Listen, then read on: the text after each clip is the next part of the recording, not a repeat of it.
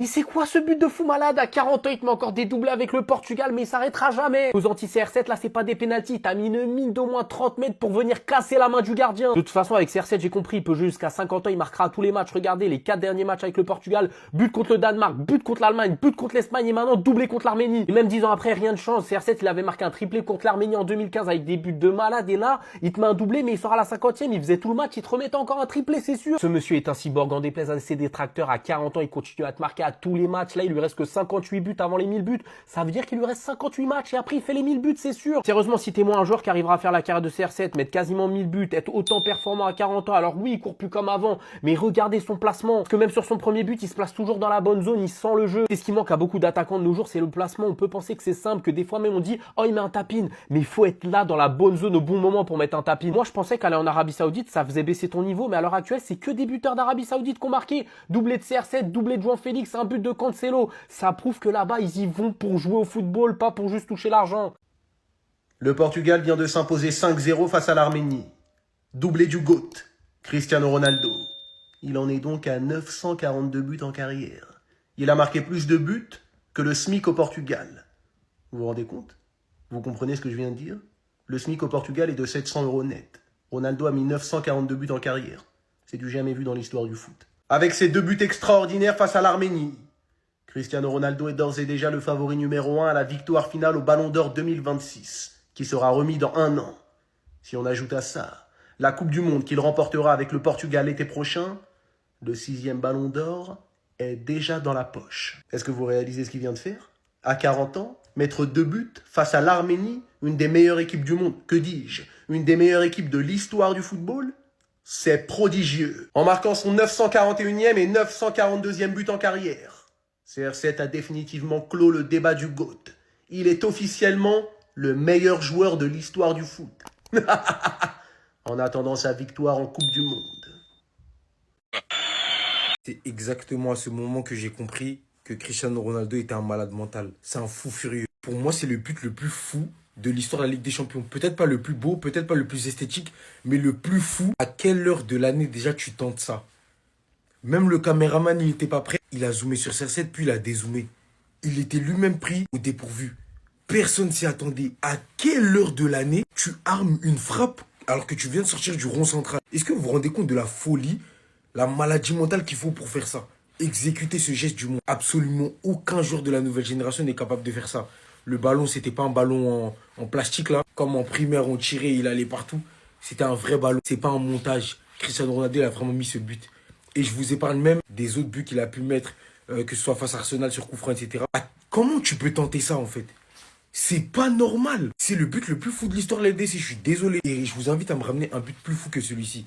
Cristiano Ronaldo. Respectez-le par pitié. C'est simplement ce que vous demande. Parce que quand il va arrêter sa carrière, vous allez vraiment prendre conscience du joueur de fou qu'il était. Parce que vous aimez bien le comparer à n'importe qui, justement, dans cette nouvelle génération. Mais encore une fois, je répète, ne vous méprenez plus à son sujet. Cristiano Ronaldo fait ce que aucun joueur peut faire dans la nouvelle génération. De la même manière que Lionel Messi, on le met dans une case où personne ne peut aller le titiller. Personne, absolument personne, sait faire ce que Ronaldo il sait faire. On m'a dit que c'était qu'un athlète, non? Tout le monde va à la salle, comme je répète. Trouvez-moi un joueur qui sait faire ça. Trouvez-moi un joueur qui pense même à faire ça. C'est-à-dire que la confiance en soi dont il faut disposer pour tenter ça, c'est un truc de ouf en fait. C'est un malade mental, c'est un fou furieux. Respectez Cristiano Ronaldo, c'est la dernière fois que je vous le répète. Restez sobre. Abonnez-vous les gars, ça trappe. Et il n'y a que les vrais qui ont connu ce match légendaire entre Cristiano Ronaldo et Zlatan Ibrahimovic. C'était même pas Portugal-Suède, c'était Cristiano Ronaldo vs Zlatan. Regardez l'entrée des joueurs, premier but, Cristiano Ronaldo du pied gauche, son pied faible, les Suédois en PLS, réponse de Zlatan juste derrière. Célébration de Cristiano Ronaldo, regardez. Donc là ça fait 1-0 pour le Portugal, bam, tête de Zlatan Ibrahimovic, égalisation. Zlatan qui refait ses lacets, le public suédois qui est content, regardez. Zlatan qui se remet en place. Donc là, son premier but. Bah, coup franc de Zlatan. 2-1 pour la Suède. Cristiano Ronaldo un peu énervé. Les Suédois, ouais, on va gagner, on va gagner. Regardez les gars. Ronaldo, c'est trop les gars. Ronaldo, c'est trop. Zlatan, il pense qu'il va gagner, mais non. Tu vas pas gagner, mon pote. Tu vas pas gagner, c'est pas fini.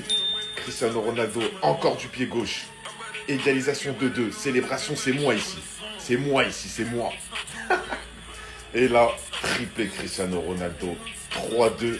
Il offre la victoire au Portugal juste avant son Ballon d'Or 2013. Cette soirée, elle est iconique. Eden Hazard pense sincèrement avoir été un meilleur dribbleur que cet individu de la pure folie. Bah non. Non, c'est pas de la pure folie, du coup, non. Alors, ça va être très simple. Cristiano Ronaldo 2008, personnellement, je l'ai connu. 2007, 2008, 2009 à United, on a tous vu ce qu'il était capable de faire techniquement. Mais attention, il faut pas confondre skills et dribble. En termes de dribble, mais bien sûr qu'Eden Hazard est au-dessus de CR7, mais il n'y a même pas de débat là-dessus, les gars. Et vous avez même les preuves, c'est prouvé sur tous les classements de dribble des 10 dernières années. Eden Hazard, il est dans tous les classements. Tu regardes dans les classements, il est souvent deuxième derrière l'intouchable Lionel Messi. Des fois, il est quatrième, des fois troisième, des fois deuxième, mais il est toujours là. Cristiano Ronaldo, c'était son prime en termes de dribble à United. Il était bon en dribble, mais c'était plus des skills. C'était plus pour moi des gestes techniques. Il éliminait, certes, mais c'était plus des gestes techniques. C'était plus pour montrer ce qu'il était capable de faire. Eden Hazard, c'est totalement un profil différent. Eden Hazard, il va vraiment dribbler. Il va éliminer 1, 2, 3, 4, 5 joueurs des fois. C'est un joueur qui joue avec son corps. Regardez ses cuisses, les gars. Il est ultra puissant. Il a fait des dégâts en première ligue pendant 10 ans. En sélection, il a pris l'équipe de France. On se rappelle tout ce qu'il nous a fait en Coupe du Monde 2018. Donc dire c'est de la pure folie de penser qu'Hazard est un meilleur dribbleur que CR7, non. Pas du tout. C'est juste la réalité. Cristiano Ronaldo n'a jamais été un très grand dribbleur. Guettez. Regardez encore une fois. Moi, je vais pas parler, hein. Je vous laisse regarder, commenter par vous-même. Il fait danser les joueurs. Sans aucune difficulté, hein. En classico aussi. Regardez. Il les fait glisser, comme du n'importe quoi. Regardez encore une fois. Non, c'est une dinguerie. Et dites-vous, c'est même pas son prime de dribble, ça.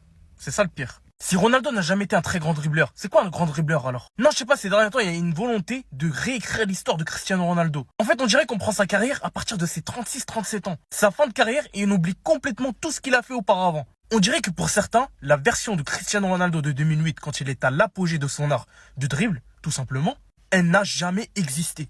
Alors que sur cette année, grâce à justement ses dribbles en partie, c'est tous ces trophées-là doit un ballon d'or. Moi, je comprendrai jamais le manque de respect qu'on essayait d'introduire ces dernières années. Si vous aimez pas Cristiano Ronaldo, je parle bien du joueur, et que vous le respectez pas, vous aimez tout simplement pas le football, hein.